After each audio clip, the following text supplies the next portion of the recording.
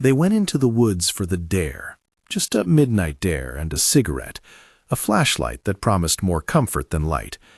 What came back with them was not human. That sentence is the one the town still says in whispers, the one they throw out at bonfires when the beer kicks in and someone dares you to walk the tree line. The title you clicked on is the one everyone remembers. The man in the woods wasn't human. I promise you, that's not just a headline tonight. It's one of 7 nights I've collected from people who say the ordinary turned impossibly, quietly wrong, right where we let our guard down. My name is Watson. I host late night stories for people who like their lights low and their coffee black. I've heard dozens of accounts, from the toss-away ghost stories people tell to feel brave, to the calls that left someone's hand shaking at my door. Tonight, I'll read 7 of those accounts, all claimed, all coming from people who say they were there. Some end with a name in a police report, some end in silence. Each one begins somewhere ordinary, a dinner table, a gas station night shift, a family pool, and then redraws the line of what we assume a person can be. If you like late-night tales, subscribe and hit the bell so you don't miss the featured story. The man in the woods wasn't human. It's the one people talk about when the wind is right, and I'll warn you now, we're going back there tonight. It started as an ordinary summer night, the kind where the porch light makes a pool on the hot concrete and cicadas act like a static soundtrack to everything. The witness, she calls herself Lila in my notes, says she threw a dinner party because Tom had just moved into town. New faces do that to people in small places. You bring food, you ask about wallpaper, and you invite the newcomer to fold into the easy orbit of the neighbors. Tom was quiet, she told me, the kind of quiet that feels like listening more than shyness. He arrived with a bottle, not the good kind, but decent enough. He answered questions in small sentences. He smiled like someone practicing for a camera.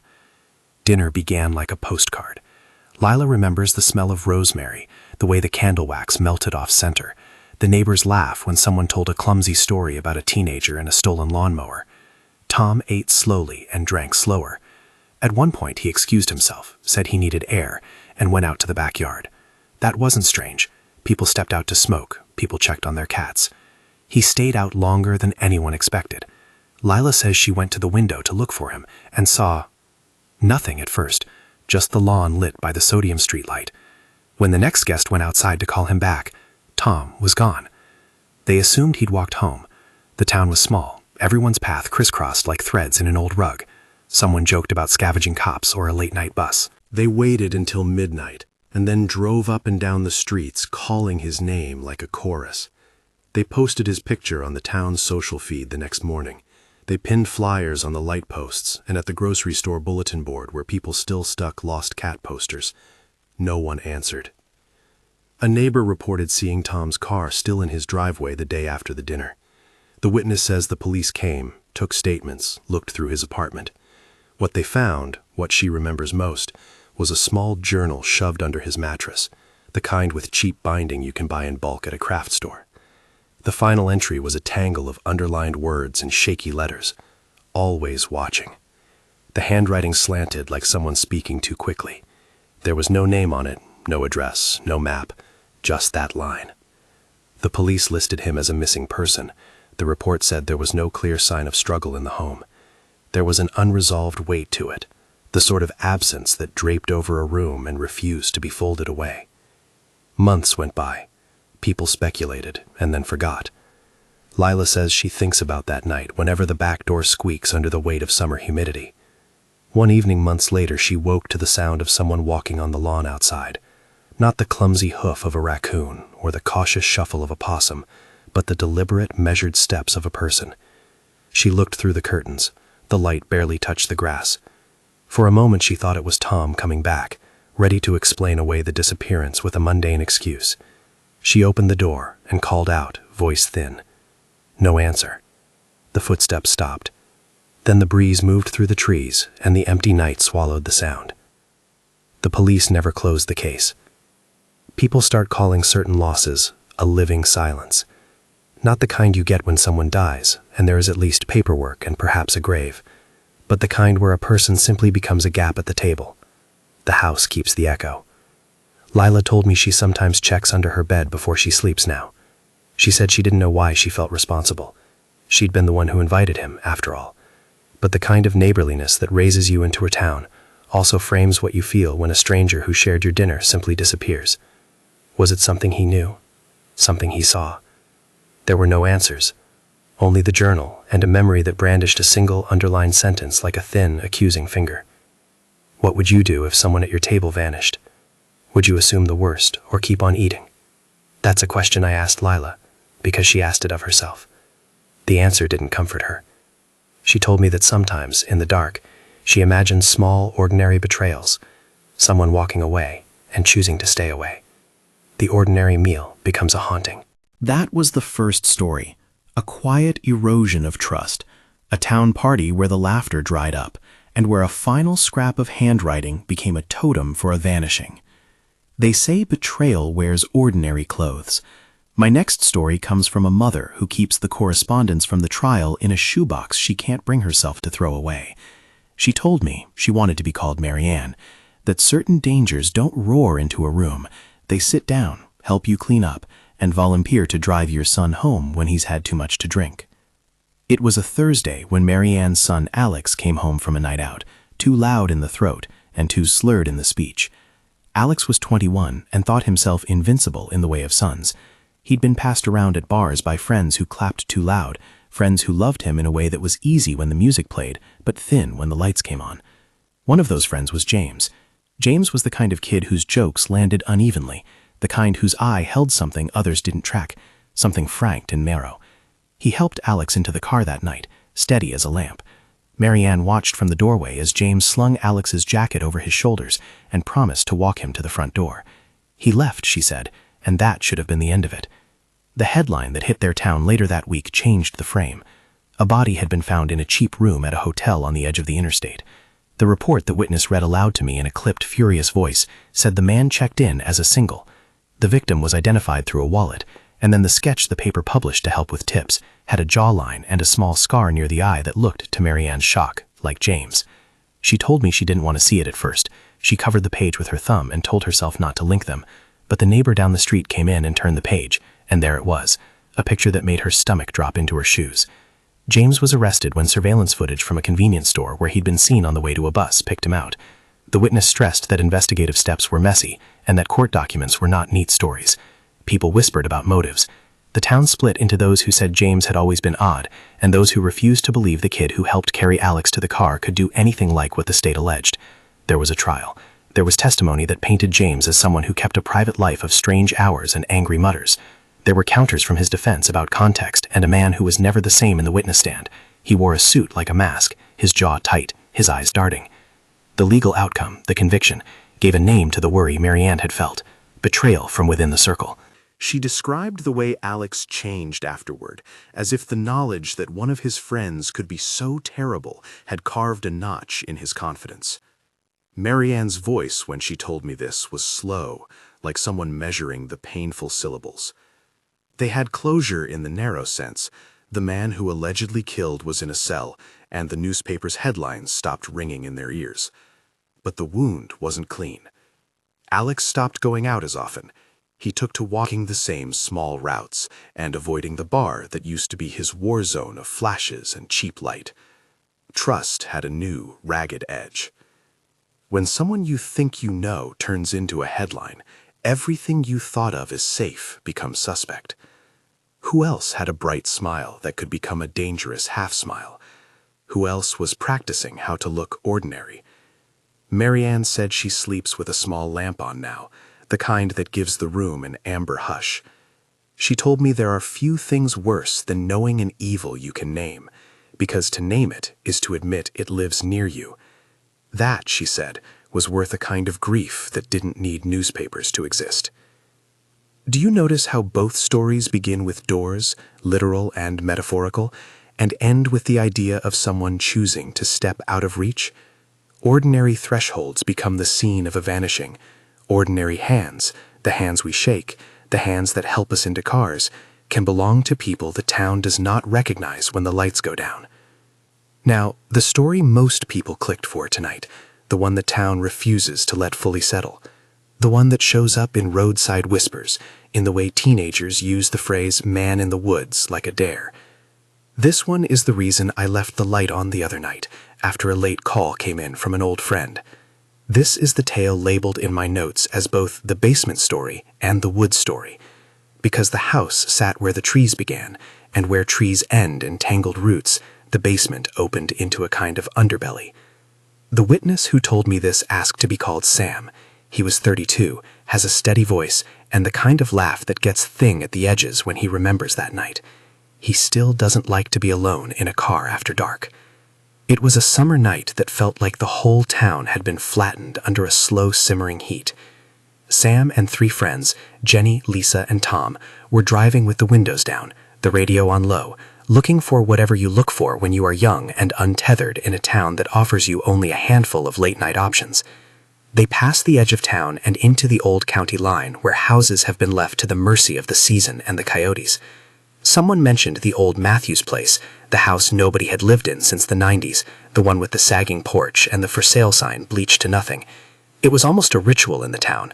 Whisper about it at parties, dare someone to walk to the mailbox, spin a slow rumor about the kind of person who used to live there. They pulled up and parked under a row of trees whose branches made the streetlight look like a coin under water. The house hunched at the top of a short rise, its windows blank and black. There was a dare, of course there was. One of them said, "We should go in, just to feel the jolt of fear." They traded half-laughs and cigarette embers, and then someone found the back gate unlocked. That is the kind of thing 4 people tell themselves they can do without consequence. Enter an abandoned place, make a story, leave without being the next rumor. Trespassing, inside, is a stupid human thing that feels like bravery and like boredom at the same time. They went in. The inside smelled of damp and that faint, sour sweetness of money folded into old air. Wallpaper peeled like old paint off a sunburned forearm. The house wasn't empty as much as it was on pause. Dust lay in the shape of people who walked through, and little items of a life were trapped in the light. An old teacup with a crack, a child's shoe that had been left under a radiator, a child's drawing hung by a tack that had fallen but clung to the paper anyway. They joked and they crapped and they filmed each other's whispers. None of them had the intention of hurting anyone. None of them expected to find the trapdoor.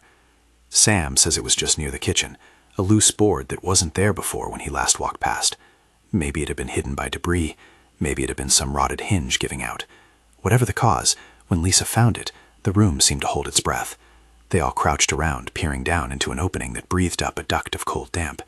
Someone had left a single candle in the kitchen, and the light fell into the square, making a patchwork of cobwebs and old wooden steps. The trapdoor gave a sound like a sigh when it opened. That moment, everyone describes it the same way, was when ordinary curiosity turned into a decision that made sense only in the bright foolishness of youth. They debated. Sam says Jenny put her hand on his arm and asked him to be the one to go first. Maybe it was because he was the loudest, or because he was the least afraid. Or maybe, he told me, there was a small thrill in being the one who would later tell the story. He crouched and peered. The basement smelled of earth and something else. Metal? Oil? He couldn't name. The flashlight beam cut a column straight down the steps and found a floor of packed dirt. There were old shelves and jars with labels long faded. The sound of their voices from above muffled like they were underwater. Sam put one foot on the top step. Halfway down, his foot found a loose board, and there was a flinch, like stepping on the wrong note of a piano. He heard them above him, laughter cutting off as if someone pressed a hand over a speaker. The air cooled with each step. He reached the bottom, and the beam swept across a shape in the corner, tall, wrapped in the silhouette of someone who had been living there for a while. The witness's voice tightens when he says this part. He wasn't hunched like a man would be.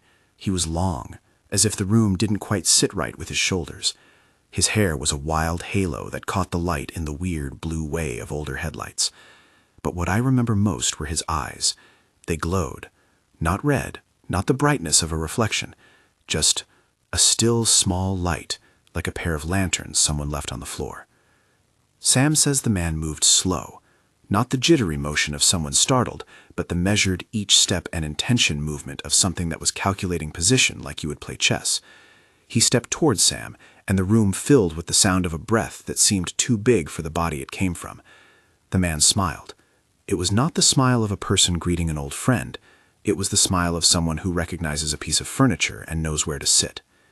Sam froze. He tried to tell himself to run, to climb the steps, to yell, but his body did the small, stupid things fear makes you do. Fingers tighten, jaw locks, pulse, a drum in the temple. He reached for his phone with a hand that no longer felt like his own. The beam of his light trembled. The man spoke, but not in words Sam could parse. It was a pattern of sounds like someone testing vowels, like a throat learning speech through imitation.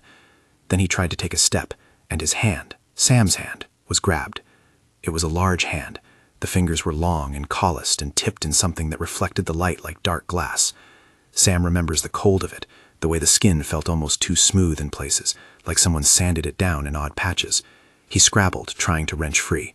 Upstairs, he heard Jenny scream, a high, small sound that made everything else raw. He felt himself lifted, or felt the pressure of hands drawing him, the world tilting. People say in post-horror interviews that time stretches. Sam told me it sounded and felt exactly like that, slow, with a clarity that made him catalog absurd things, the smell of mildew, the dull thump of his own heartbeat, the back of a jar labeled jam, a cobweb on the eyebrow of the man who held him.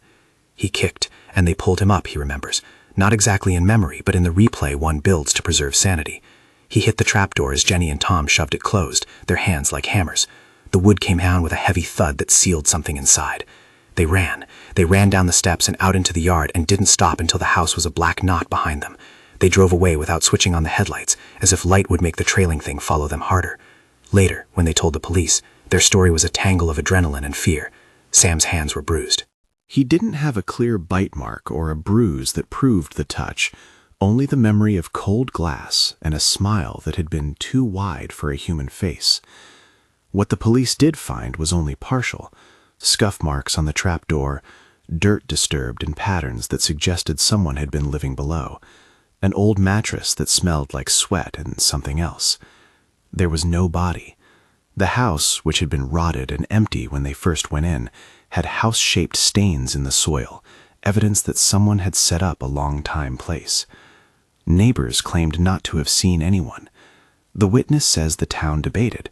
Some called it hysteria, others said the kid must have been seeing things. But the thing Sam kept reliving, the image that chased him at night, was the man's smile as the trapdoor came down. There are two kinds of fear in these tales, one where something attacks, leaves a mark you can show a doctor, and one where something leaves a question so sharp it becomes a second skin. This was the latter. They bolted the trapdoor. They swore they would tell their parents. They swore they would never go near the Matthews place again. And they didn't, not for a while.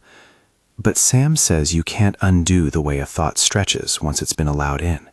That smile lived at the edge of his eyes. He woke up sometimes to the idea that the house was breathing. What would you do if something in the dark smiled at you like a person and then ceased to be contained by being human? If a town's trash gossip becomes an image you can't scrub out, how do you live with it? They went back once. Sam confessed this last part in a voice that had the weight of someone admitting minor treason.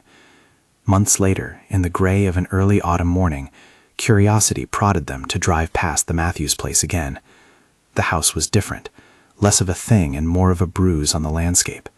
The trapdoor, when they pulled it up that second time, was gone. The hole where the steps had been was tamped down, like someone had taken a broom to the earth. No scuff marks, no sign of habitation.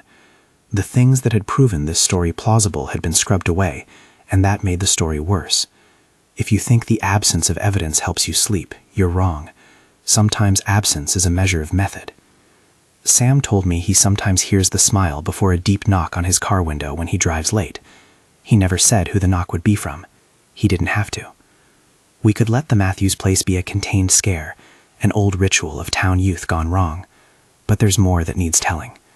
The town still murmurs about the man in the woods the way people murmur about a weather pattern, a topic to check against the forecast.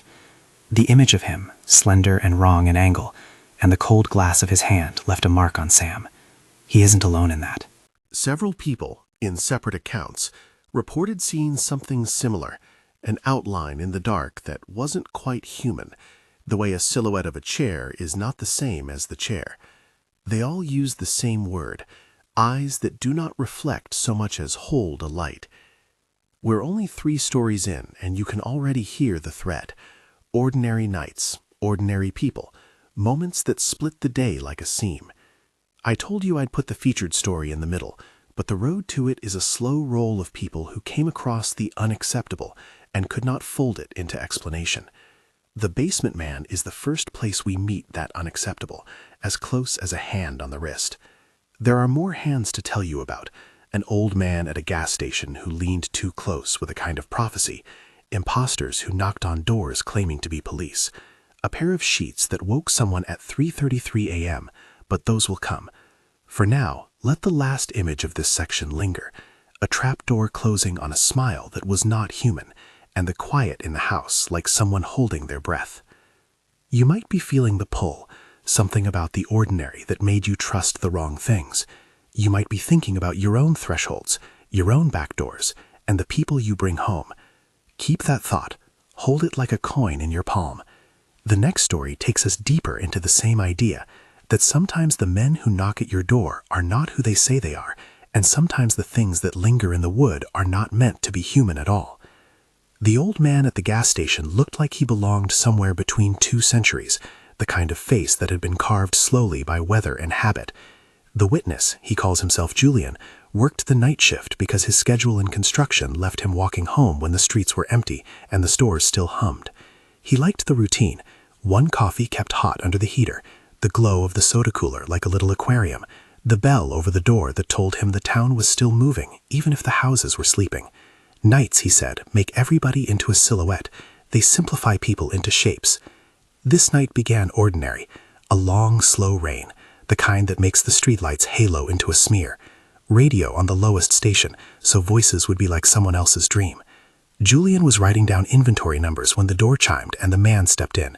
He was small but straight-backed, wrapped in a coat so thin it had no business keeping out the cold.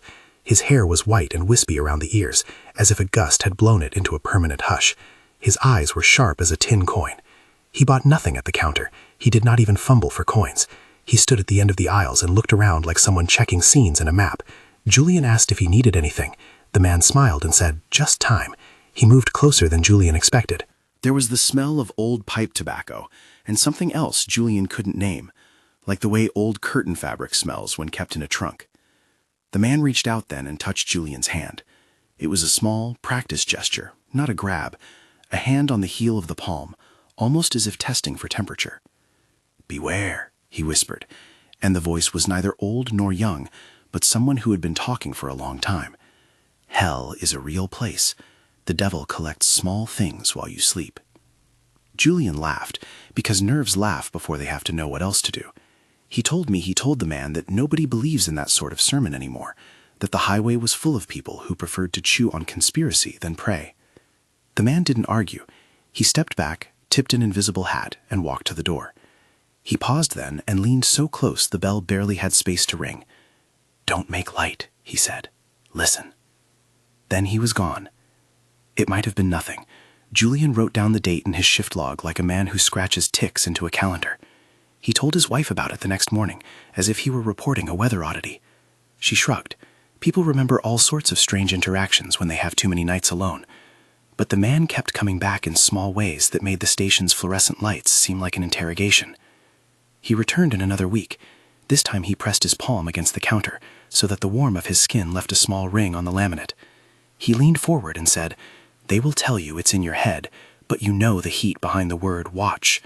He put his hand on Julian's shoulder then, not menacing, but the contact lasted long enough for Julian to feel a ripple run down his spine like somebody playing music under the skin. The lights on the register flickered. The radio hummed like it had found a new note. Julian's supervisor, a woman named Lisa who managed payroll and baked a careful kind of resentment into every staff meeting, saw the old man on the security footage the next morning. On tape, the man appears in the doorway, stands perfectly still for what looks like a long time, then walks straight out, never past the pumps. There was a gap in the audio, no bell chime at all, only the soft shuffle of a foot on wet pavement. Lisa told Julian the footage had a fluttering problem with the sound. Cameras at the station had been old since the budget cuts. But the old man's handprint on the counter stayed. Then, at 3:13 a.m. on a slow Tuesday, the old man came in when the rain had turned to a thin cold and the town was asleep. He spoke softly about names as if fetching them from a pocket. "Your name," he said to Julian, "will be called like a bell one day. Keep it clean." He pointed at the case of cigarettes and tapped it, a motion that made Julian realize the tap had been on his wrist where he held the pen. After the man left, Julian found the word scratched into an empty scratch-off card behind the register, not large enough to be read at a glance. Beware. It might have been a prank. It might have been someone else entirely. The witness told me he stopped telling himself these rational things because they didn't make the small, repeated moments any easier to live with. The old man's visits didn't crescendo so much as lengthen. It was as if his presence laid a hairline crack across the nights, a hairline you only see if you hold the light right. He would appear in the pump's dim light, fix his eyes on the horizon as if watching something the rest of the world could not see. He would walk in and drop a coin into the tip jar with fingers that smelled faintly of coal. He told Julian once to watch the names carved in the wood of your hands, which made no sense until months later when a toddler came in asking for directions to the playground while Julian tried to remember the coin's face. On one of the nights, the old man leaned in so close his breath fogged the glass of the display case. There are small things the dark likes to gather: keys, promises, names, he said. Keep your doors closed and your lamps burning, or they will learn how to ask. He put his hand on the register, and Julian felt, not a pressure, but a mood, like a heaviness in the room. The radio station that had been playing soft jazz switched suddenly to static, and something underneath that static that sounded like whispering. When Julian looked up, the man had gone. There was a blank ring left on the counter where his palm had been. The worst of it, Julian told me, wasn't the man or the words. It was the way people in town would nod when he tried to describe it, politely brushing off the unease as loneliness or stress. You can feel ridiculous talking about the way a stranger says, "Watch the names," like they are reciting a grocery list from a different life. But then, late in September, Julian woke at home to the imprint of a hand across his own bedroom door. His wife was asleep beside him. The small lamp on the nightstand was a smear of orange. The hand on the door was faint, not a physical mark so much as a clarity in the air. If you run your fingers over a window after it's been fogged by a storm and see the shape of something left behind, that sort of thing. He pressed his palm against it and felt the cold. He thought, in the half-sleep that doesn't trust itself, of the old man saying, "Hell is real," in a gas station voice that did not quite belong to the town. He thought of the way the bell had chimed the night the old man left, and then didn't. He thought of the scratch on the scratch-off. He told me the handprint on his door lasted about a minute before it faded like breath in winter. He told me he stopped sleeping with his back to the door. On the security footage 1 week later, the night the handprint appeared on his door, the old man watched the station from the shadows and then passed into the street where the lamps pooled into silence. The footage showed his outline fold into the rain and go under the bridge by the train tracks where the trees thickened. People in town who walked through the place in daylight never found a footprint or any sign someone had been there so often. Sometimes a town's alleys are a kind of clean slate.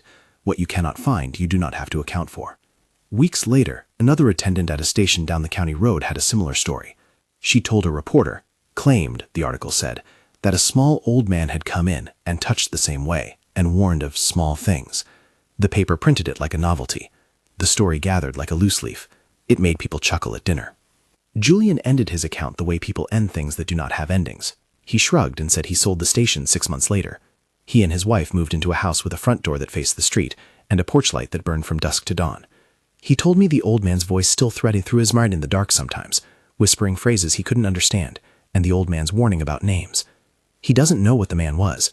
He doesn't know if he meant to harm anyone. All Julian could tell me was how it felt to have someone touch the ordinary parts of your life and shift their weight a little to the left. The small shifts are what make a life unsteady. What would you do if a stranger came and put a hand on you and told you to beware? Would you laugh, or would you lock the windows? Julian stopped laughing.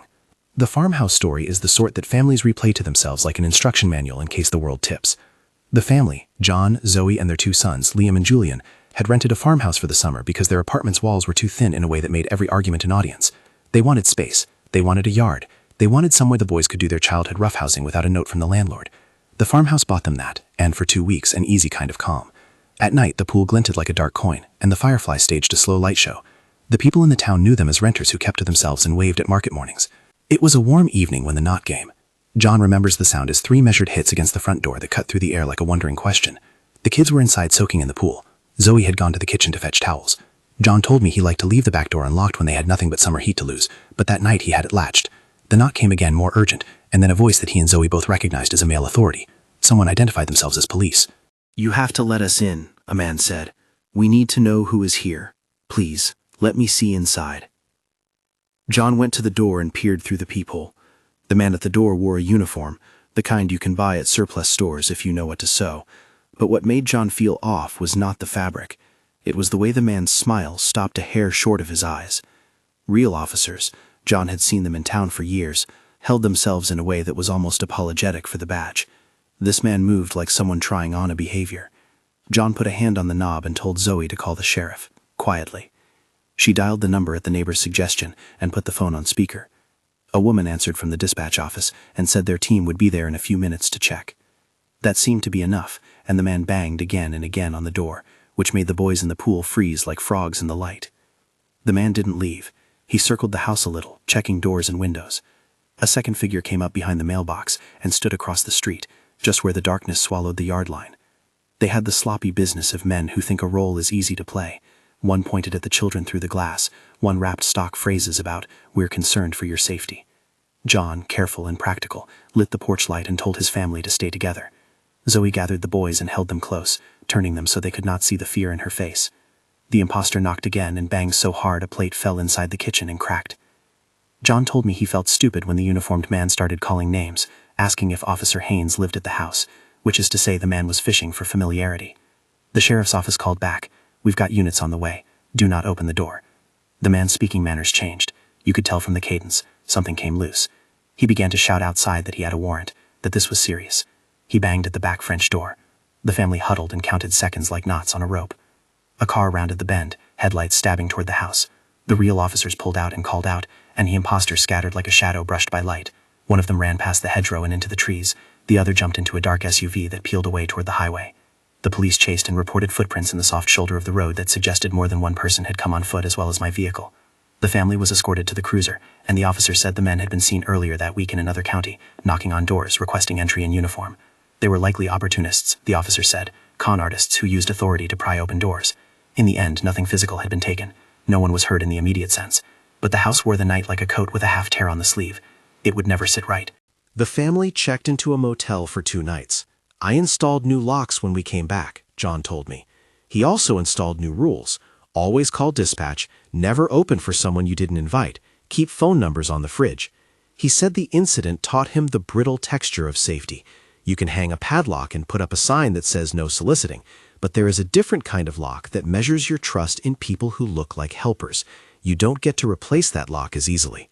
The boys, especially Liam, stopped being careless in their nights. The pool was still like a black coin in the yard, but they watched the tree line differently. Zoe reported waking most nights to check the latch on the door, a small animal of habit that had nothing to do with the keys. They told me the real terror was not the possibility of someone breaking in, but the idea that someone could wear the shape of a protector and use it as a key. The town had recipes for how to know a true officer, an ID, an official car, but these men had borrowed the skin of authority and slipped through the cracks. That is the kind of thing that makes people fix their porch light to burn until dawn. They were lucky in the narrow sense. Nobody was physically harmed and their home was still there in the morning. But they were also changed. John told me he felt he had lost something much smaller and more exact than a door, the quiet ease with which he had once let his sons run to the mailbox by themselves and trusted his neighbors. There's an ache that stays in people after that, an awareness that the world is only as protective as the characters who inhabit it. The story folds back on itself a final time when the family discovered a shoe print in the mud near the hedge. It was too big for the man who knocked and small for the one that drove away. It looked like someone had placed it there intentionally to make it look complicated. The police cataloged it, marked its length, and filed it in a report. John kept the file in a drawer, turning the page and looking at the print like you would study the scar of an animal you had never seen. The shoe mark is not a face. It is, however, a reminder. Story after story in this town returns to a similar bone. The ordinary is perforated by the almost human. Whether it is a man who wears authority like a coat or a stranger who visits the night clerk, the same small terror takes hold, that human behavior and monstrous intent can be sewn together so neatly you mistake one for the other. The next tale brings us back to the house, but this time inside the sleep of a single person. Ethan is the witness for the extra bed story. He is a software technician who keeps odd hours and loves the quiet of midnight because coding demands a kind of silence where thoughts can be heard. He told me he slept early because he had been awake for 36 hours, compiling something that refused to cooperate. He crawled into bed and dreamed about loops and variables. When he woke again, the clock read 3:33 a.m., luminous and indifferent. The first thing he noticed was an extra bed in the room. It was impossible in the physical sense. There was only room in the apartment for one bed, and he had counted the walls that afternoon when he moved his toolbox in. But there it was nonetheless, set along the opposite wall, with a figure under a pale sheet curled in the shape of someone asleep. The sheet pulsed with a small human motion, like a stomach breathing under a duvet. The figure was not covered in blankets the way someone would be, the sheet draped like a shroud, neat as if arranged by someone with patient hands. Ethan did not get up first. He lay and listened. The apartment's radiator clicked. The neighbor's dog barked in a muffled voice. The figure under the sheet turned slightly, and Ethan felt the room tilt into a position that broke the logic of sleep. He slid a finger off the comforter to the floor, testing the weight of the world. He told himself simply to breathe. He told himself any number of reasonable explanations. He had consumed wine earlier, the body hallucinates in exhaustion. He had left his door open and some roommate had crept in while he slept in the wrong apartment. All of these excuses felt thin, like tissue stretched over an empty box. He did not want to shout. What would he say? There's a person I did not invite in my room under a sheet at 3:33 a.m.? And what would he sound like after admitting something like that to himself? He reached for the phone with the small, measured motion we make when we do not want to be noticed. The phone's glass lit his hand, and the light painted the sheet in a bright, sterile way that made the whole tableau look staged. Ethan stood, slow so as not to announce movement, and the sheet moved as if responding. It sat up. When it rose, it did not so much flick the sheet as the sheet seemed to evaluate the room, settling like a weather vane and then turning toward him. What Ethan remembers is not features, but the sense of being assessed. A tilt of the head, the way the sheet bubbled inward at what should have been the mouth. The sheet under which somebody or something breathed seemed to respond to sound the way a tuned instrument responds to a note. It was as if the thing under the cloth had been learning how to be a human by copying little behaviors, and it had not yet learned to be convincingly alive. He fled into the hallway because his body decided for him. Rational thought lagged 2 beats behind. He called the police from the stairwell and told them his apartment had been broken into. They came, lights flooding the building in a way that felt like dawn without the kindness. They checked every crevice, every closet. They ransacked the mattress the way someone looking for evidence ransacks a mind. There was no second bed, no sheet, no footprints on the carpet. The mattress was where he left it. Door locks were intact. The only thing they found was a damp patch on the floor near the window, as if something had sat silently and then left a ring of cool. The police filed a standard report and gave him a pamphlet about sleep disorders. Claimed, his partner said, polite and professional. They suggested he check with a doctor for poorly regulated sleep cycles, gave him advice about alcohol and screen time. Ethan saw their pens slide across forms with the precision of people used to filling in the blanks with what they know. The officer's eyes carried a contained skepticism, but they used the word unsettling in the same tone a man says, "That is too bad." He told me he showed the officer the screenshot on his phone of 3:33. The officer did not comment on it. Numbers are not evidence. He moved out 2 weeks later. The new apartment measured the edges of his life in different light. A window that looked over a quiet alley, a bed that faced the wall, a lamp that never turned off. He installed a motion sensor outside the door because the thinness of fear in the night had become an expensive habit. It was not that he believed a creature had been learning to be human in his bedroom. It was that once the world allows an impossible thing, your brain remembers the permission with a painful fondness. He kept waking to the notion that something had sat where a person could have been and practiced being alive. He called it the extra bed problem in meetings when people asked about his move, half joke, half testimony, and people laughed politely, aware that the topic was a minefield. What haunts him now is not a figure under a sheet that he can show to someone else. It is the trace, the idea that an absence may be as deliberate as an appearance. Police left with forms, doctors gave checklists, Ethan bought a lamp. The last of the night's group tales leads us to a building that feels like an old wound on the town, the abandoned school with a gym that keeps a note unsmoothed in the air. This one comes from a set of childhood friends who used to race through the corridors like characters in adventures between classes, and decades later decided, with a kind of reckless nostalgia, to return to the place one night. The witness, he wanted to be called Tom in my notes, but not my Tom, told me they were the kind of group that measured loyalty and shared scoffings, and returned during a high summer like gulls to a pier. They slipped in through a broken side window. The hallway smelled of chalk dust and standing water. Graffiti bloomed on the lockers in the color of anger. The classrooms were full of desks like teeth. The friends carried flashlights and the brittle trust of people who had not quite learned that youth does not make you invulnerable. They joked about ghosts and left dares scrawled on a chalkboard. A particular message had been scrawled in a handwriting more urgent than the rest. Leave, don't look. They laughed at that. which is to say they laughed and then pushed further in, because teenagers and 20-somethings have a loneliness that dares danger as a cure for boredom. The gym was the last place they went, because gyms are big and echo-rich and meant to hold the sound of people who are alive moving their bodies. At night, the floor was a field of dust and broken glass, bleachers folded like sleeping beasts. The basketball hoops hung suspended from the ceiling like nothing meant to swing anymore. A noise made look, an impact somewhere deep in the building, like a door someone had slammed where no one had meant to slam anything. They made for the gym as if curious on purpose. The gym's dark was not the pleasant kind of dark, but the dense, thick dark that makes a sound feel uncomfortably close. They moved through a stairwell and got to the gym's side door, where wind made a dull howl. Someone pushed open the door, and the light from outside painted them in a single wash of white. The figure was standing at the center of the floor, under the pale light that leaked from the fire exit. It was gaunt and pale, as if whatever fat or warm color people carry had been stripped away. Its mouth had opened to breathe, making a sound that was not a word so much as an animal's querying demand. Its face, the witness said, had a kind of mathematical wrongness, like a face rendered in low pixels, the eyes too far apart, the nose arranged like a suggestion rather than a feature. When it breathed, the lights in the gym seemed to shiver.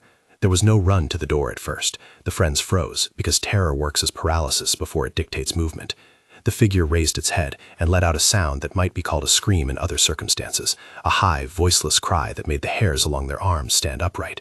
It was not a scream like a person might make when hurt. It was as if something without language found the exact tone to seed panic. The sound filled the gym and then moved through the building like wind searching for an open window. One of them, Lisa, broke first. She ran, the flashlight shaking like a heartbeat, and the others followed. The figure did not pursue in the manner of a person. Rather, it collapsed into the shape of hallways, as if absorbed by the building itself. They sprinted, crashing into broken doors and slipping on debris like people fleeing a bad dream. At the back door, they found it bolted from the outside, and for a second no one knew what to do, except to pry like children who had thrown away the tool they needed. They escaped through a neglected fire exit, sliding down a rusty ladder and rolling into the overgrown field outside. They did not look back until they were sitting at the edge of town, breathing like wounded animals. The sound of the scream followed them like a memory on a magnet. Police responded to their call but found nothing to make a report about, other than their shaken faces. The school's gym had been broken into, yes. There was a set of footprints the officers noted. The children's, their running tracks, and some other footmarks that led into the building and melted away in the dust. The building inspection later revealed nothing alive that could explain the sound, but the drywall near the gym's center had a long blackened streak, like someone had dragged a shadow along the floor. The friends never went back. The witness told me they told themselves it was a prank, someone else with a voice like a cigarette on a cold night. They told themselves the sound had been a trick of acoustics. People told them to seek help, to write it off as a shared hallucination induced by nostalgia and heat. But for them, the gym became a kind of wound on the town, a place you do not cross even when you are driving there at midday and have to pass by for convenience. The thing that never left them was the sound, a scream that had texture and intention and did not belong to a human throat. It was what the children used when they wanted to describe a fear that could not be reduced to words. They had nightmares where the bleachers undulated and the scoreboard flickered like a dying insect. The school, a building that had once been designed to hold the future, now held a sound that rewrote the way those children would think about empty rooms. When I asked each of them what they thought the figure was, the answers were small and honest. Not human, Lisa said. Not right, Tom said. Wrong shape, Sarah said. All three of them kept returning to the same image, a pale thing in the center of the gym that made a sound like a bone unfastening. In a way, the town's stories are made of these small collages, image plus sound plus the way your knees refuse to do what your mind commands. It is less about the figure than the fact that the figure took space in a place where people expect to be safe. That brings us back to the pattern that knits these accounts together. The ordinary is a stage, and something else keeps learning how to walk across it. It can be an old man at a gas station who leaves prophetic warnings in the margins of a life, imposters who wear leather like justice and try a doorbell, a sheet that learns how to rise like a person, or a gaunt creature whose scream rewrites a gym. The town, when you look at it closely, contains vignettes of this kind of rupture that look different acting in different lights, but the stitches are the same. I hear you thinking about your own nights, about the door you leave unlocked, about the face you trust. You have to carry those images home. Hold them a moment. The old man's thin smile, the uniform that could have been sewn by anyone with a badge, the sound of the sheet rising, the echo of a scream in an empty gym. Imagine each image has the same quality, a wrongness in the edges, a refusal to close up. Before I end, I want to circle back to the image you clicked for in the title, The man in the woods wasn't human. We met him in the basement and the trapdoor closed, and by placing that story at the center of tonight's 7, we meant to show you how a single impossible thing can change how a town thinks about its edges. Is there a simple answer? No. These accounts are claimed, reported, told by witnesses who carry what they cannot explain the way people carry stones in their pockets, heavy, warm, and somehow necessary to remember. People in that town still tell the Matthews Place story at bonfires. The caution is not practical. It's not about staying away from the house, because the house can be visited and will probably look like any other rotting structure in daylight. The caution is about the idea that some things do not fit the categories we have built to stay safe. The basement man smiled like a person and was not a person. The old man at the gas station said words that sit like seeds. The fake officers wear the costumes of trust. The sheet learned to sit up. The gym held a scream. Do you see the pattern? It is less about what is out there and more about our assumptions about what out there is. That degree of uncertainty is the kind of terror that latches to the ribs. It doesn't flash. It has the patience of ivy. It grows around the ordinary and makes you adjust how you move through the day. Some survivors of these moments build layers of caution. Others find themselves losing the easy trust that once let them kiss their children goodnight without glancing over their shoulders. The town in these stories did not change because of a single explanation. It changed because certain of its nights could no longer be described by daylight. As for the man in the woods, people try to pin him down with words like creature or drifter or mentally ill wanderer, but those words are human tools trying to cut something that isn't made of human wood. When I spoke to Sam again after we recorded, he told me he sometimes dreams of the trapdoor opening and the smell of the basement. He said he knows, with the kind of knowledge that cannot be proved in court, that what smiled at him did not arrange itself like a person. He uses other phrases too: wrong angles, too long fingers, a manner of moving as if it were testing the concept of human like a new language. I left my lights on the night I drove past the Matthews Place, and maybe you will too. Maybe you'll find the porch light a comfort. Maybe you'll bolt your doors and call dispatch when someone knocks. Maybe you'll sleep with the radio low. None of those things will make the stories less uncanny. They will, at best, place a margin between you and a possibility you could not have predicted. There is a small mercy in these tales. Often they are not about annihilation or apocalypse, but about the small erosion of trust. You can live in a town with the wrongness humming at its edge and still make coffee in the morning.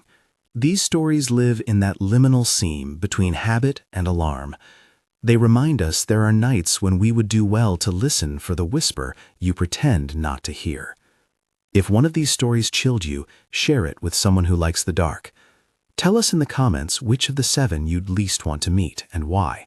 Was it the man beneath the floor, the old man at the pumps, the men at the door, the extra bed, or the thing in the gym? Your answers will tell us which kind of wrongness you think you could live beside and which one you'd run from. Keep your lamps burning a little longer tonight. Sometimes the light is less a ward than a witness, but witnesses remember things, even when the rest of the town wants to forget. Good night.